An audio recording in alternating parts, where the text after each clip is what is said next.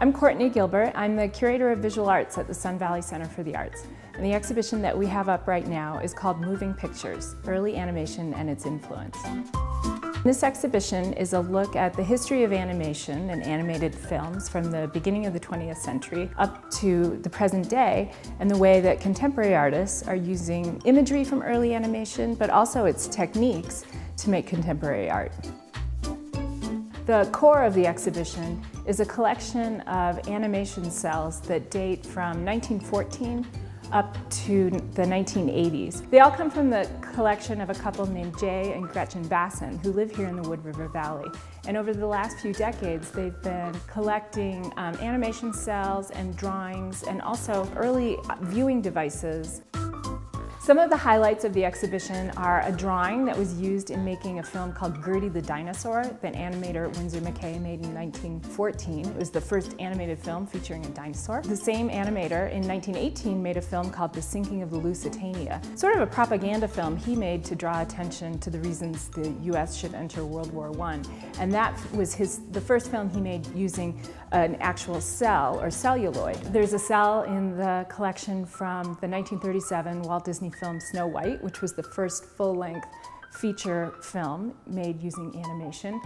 There are a lot of Warner Brothers, characters that are near and dear to all our hearts, like Bugs Bunny, Yosemite Sam.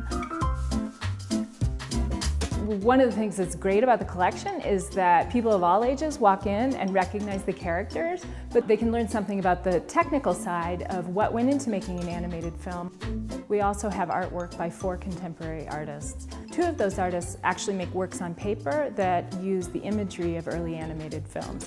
One is an artist named Blakely Dadson, who's based in Portland, Oregon, and he makes these really wonderful drawings that look kind of like the frames of an animated film, and they bring together these very sweet, innocent, charming-looking cartoon characters like bunnies and little, fish with things that look like Transformers. He's kind of bringing together the past of animation with its present of violence and sugary sweetness that runs through a lot of cartoons and a lot of children's entertainment in general. Susan Takaharangi King is an artist who was born in New Zealand in the early 1950s. At the age of 4, she stopped speaking, and she continues not to speak, but as a child she began drawing prolifically, making thousands of drawings, many of which feature cartoon characters that are really well known to us, like Donald Duck, Daffy Duck, Woody the Woodpecker.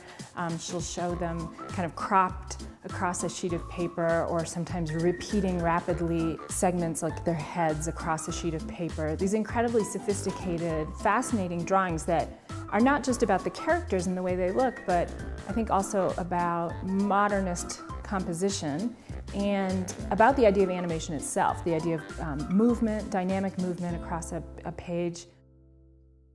The other 2 contemporary artists in the exhibition both are painters who use stop-action animation as a way to kind of expand the boundaries of their painting and drawing and printmaking practices. Stas Orlovsky is an artist based in Los Angeles who came to Sun Valley. We brought him here, and he spent about a week installing this beautiful, kind of quiet, meditative piece called Wildflower. There's imagery from Soviet children's books that he incorporates into his projects, Victorian botanical drawings. He's interested in Japanese and Chinese printmaking. And so all of these influences come together in these really wonderful, kind of magical installations that combine projected images with wall drawing and collage in a way that, for him, recalls the really early roots of animation in things like magic lantern shows. We also have a selection of works on paper. Shelly Jordan is an artist who's based in Portland, Oregon. We have 3 different bodies of work on display from Shelley. One is a selection of small paintings that she calls portraits of everyday objects. Lots of them are fruits and vegetables. They also recall still life painting.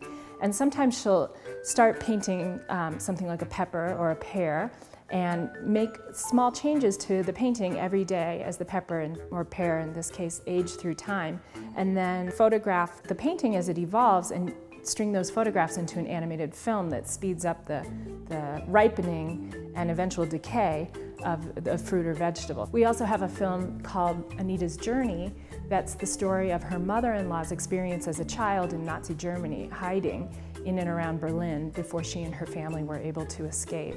It's a really powerful film that was made using a series of paintings that Jordon, again, would paint, photograph, erase, repaint up to 500 times each painting that went into the telling of this story.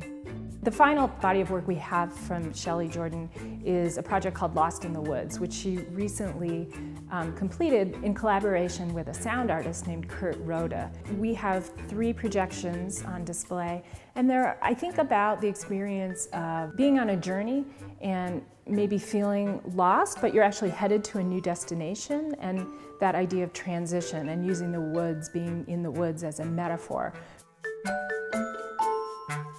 I think this exhibition is not only a great chance for adults who grew up watching a lot of the cartoons that we have cels for to kind of take a trip back in time, but also for a whole generation of kids who aren't familiar with hand-drawn animation to learn about how it was done and how artists continue to use it as a tool today.